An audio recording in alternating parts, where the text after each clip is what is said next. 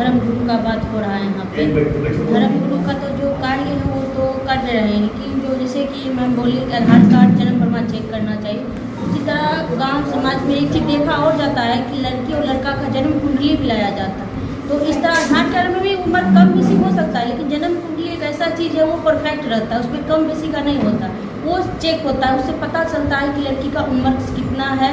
तो उससे आप पंडित जितना भी हैं, चाहे मौलाना भी जो भी हैं, जो समाज से हैं, वो ये चेक करके हम सबको भी समाचार दे सकते हैं कि लड़की का उम्र कम है, इनका शादी कम उम्र में हो रहा है। और उसके बाद दूसरा जिम्मेदारी उनके माता पिता का है, जो हम अपना बच्चा को कैसे शिक्षा दे रहे हैं, कैसे व्यवस्था में माहौल में रख रहे हैं।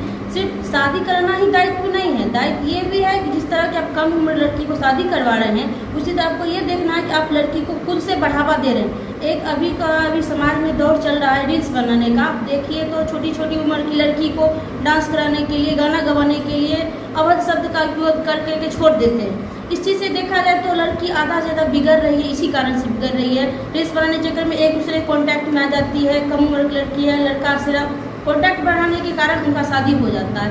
ये दूसरा गलती है जो हम सबको सुधारना है, समाज सुधारे, माता पिता सुधारे या प्रशासन सुधारे। इस व्यवस्था को सरकार को दुरुस्त मुक्ति करना होगा, जो हर हाल में इसको बंद करना चाहिए। कम उम्र की लड़की हो या लड़का हो, इस तरह का गलत समाज में कोई चीज़ फैला रहे तो उनको रोकना है। अगर वो रुक रहा है तो ऑलरेडी लड़की समझदार हो जाएगी, जो हम कर रहे हैं वो गलत है।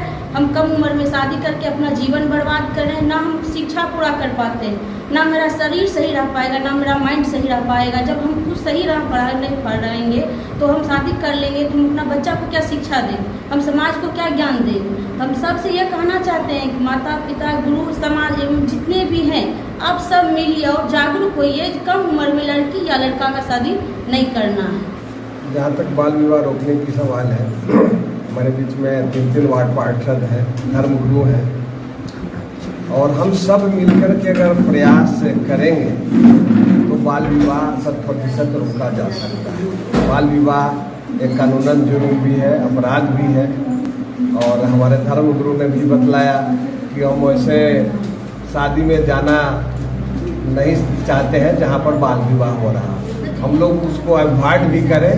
हमारा संदेश ये भी होगा समाज से कि वैसे शादी में ना जाएं जहाँ पर बाल विवाह हो रहा हो।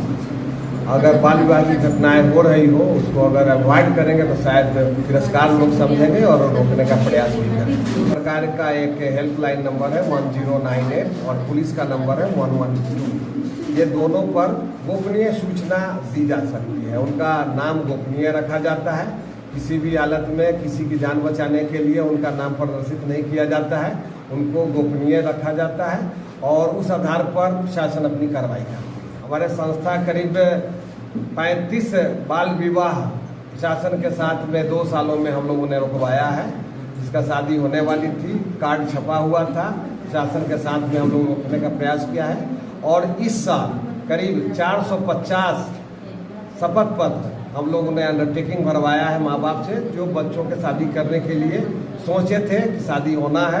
हमको कहीं न कहीं से जानकारी मिली तो हम लोग इमीडिएट अपने कार्यकर्ताओं के माध्यम से वहाँ जा कर के बाल विवाह का दुष्परिणाम के बारे में जानकारी दे करके उनको रोकने का प्रयास किया है, शपथ पत्र भरवाए हैं। और उन्होंने बहुत आसानी से शपथ पत्र भरा, कहा कि 18 साल के बाद ही शादी करेंगे। जागरूकता की कमी थी इसलिए सोच रहे थे, अब जागरूकता आ गई है, अब हम शादी नहीं करते। कौशल किशोर विकल हुआ और वैशाली समाज कल्याण संस्थान का CEO, और विगत 2 वर्षों से बेगूसराय में हम लोग बाल विवाह मुक्त भारत अभियान के बैनर तले काम किया। देखिए, आज का ये कार्यक्रम विशेष रूप से धर्मगुरुओं की जो आप देखते हैं कि भूमिका होती है विवाह में सबसे अहम होती है, चाहे कोई भी धर्म हो। तो इस कार्यक्रम को करने का उद्देश्य था कि हम लोग उनके माध्यम से कैसे बाल विवाह को रोक सकते हैं। तो यहाँ पर हम लोगों ने जिस चीज़ों को देखा है कि धर्मगुरु अगर चाह लें तो 100% बाल विवाह रुक सकता है, क्योंकि अगर वो अनिवार्य कर दें कि किसी भी विवाह से पूर्व लड़का और लड़की का आधार कार्ड जमा किया जाए और आधार कार्ड के अनुसार उनकी आयु ज्ञात की जा सकती है।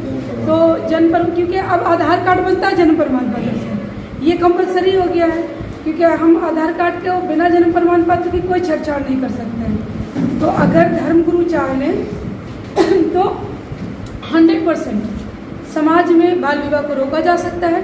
बाल विवाह आप हम सब जानते हैं कि एक अभिशाप है, जिसकी वजह कर कम उम्र की लड़कियों को कई सारी चीज़ों से गुजरना पड़ता है, और कभी कभी हम लोग देखते हैं उनको जान भी गंवा देती हैं वो लोग।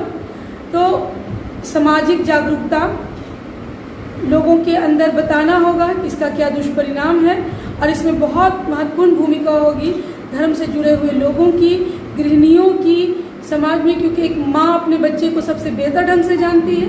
तो इन सारी चीज़ों को सुनिश्चित करते हुए हम लोग 100% बाल विवाह पर रोक लगा सकते हैं। देखिए, सबसे पहली चीज़ है कि अगर हम आप यानी कि आप मतलब समाज दोनों अगर तैयार हो जाए कि बाल विवाह रोकना है तो वो होगा ही नहीं। मेरे क्षेत्र में या मेरे साथ जो भी पार्षद महोदय इन लोगों के क्षेत्र में हम लोगों को अगर सूचना मिलती है कि कोई शादी हो रही है तो सबसे पहले तो हम लोग ये सुनिश्चित करते हैं कि लड़की की आयु क्या है, लड़का की आयु क्या है। और अगर हम लोगों को पता चलता है कि लड़की नाबालिग है, बाल विवाह हो रहा है, 18 साल से कम की है, लड़का 21 से कम का है, तो बिल्कुल उनके पेरेंट्स को समझाते हैं और उस विवाह को रोकने का पूरा प्रयत्न होता है।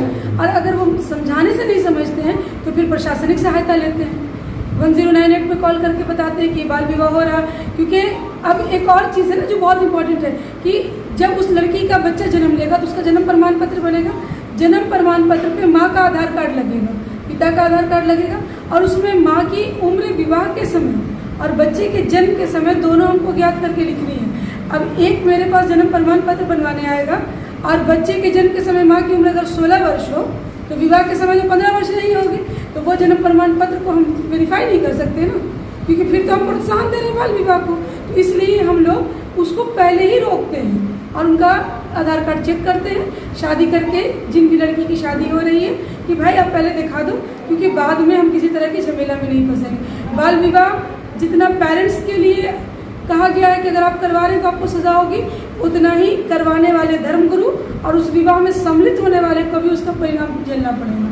सरकार संविधान में संशोधन होकर सारी चीज़ें ऐड हो चुकी हैं, अब इम्प्लीमेंट करने के लिए हम सबको जागरूक होना होगा। बाल विवाह बिल्कुल उसी तरह हमें रोकना होगा जिस तरह हम लोग तत्पर हैं कि हम लोग दहेज को रोकेंगे, दहेज प्रथा को।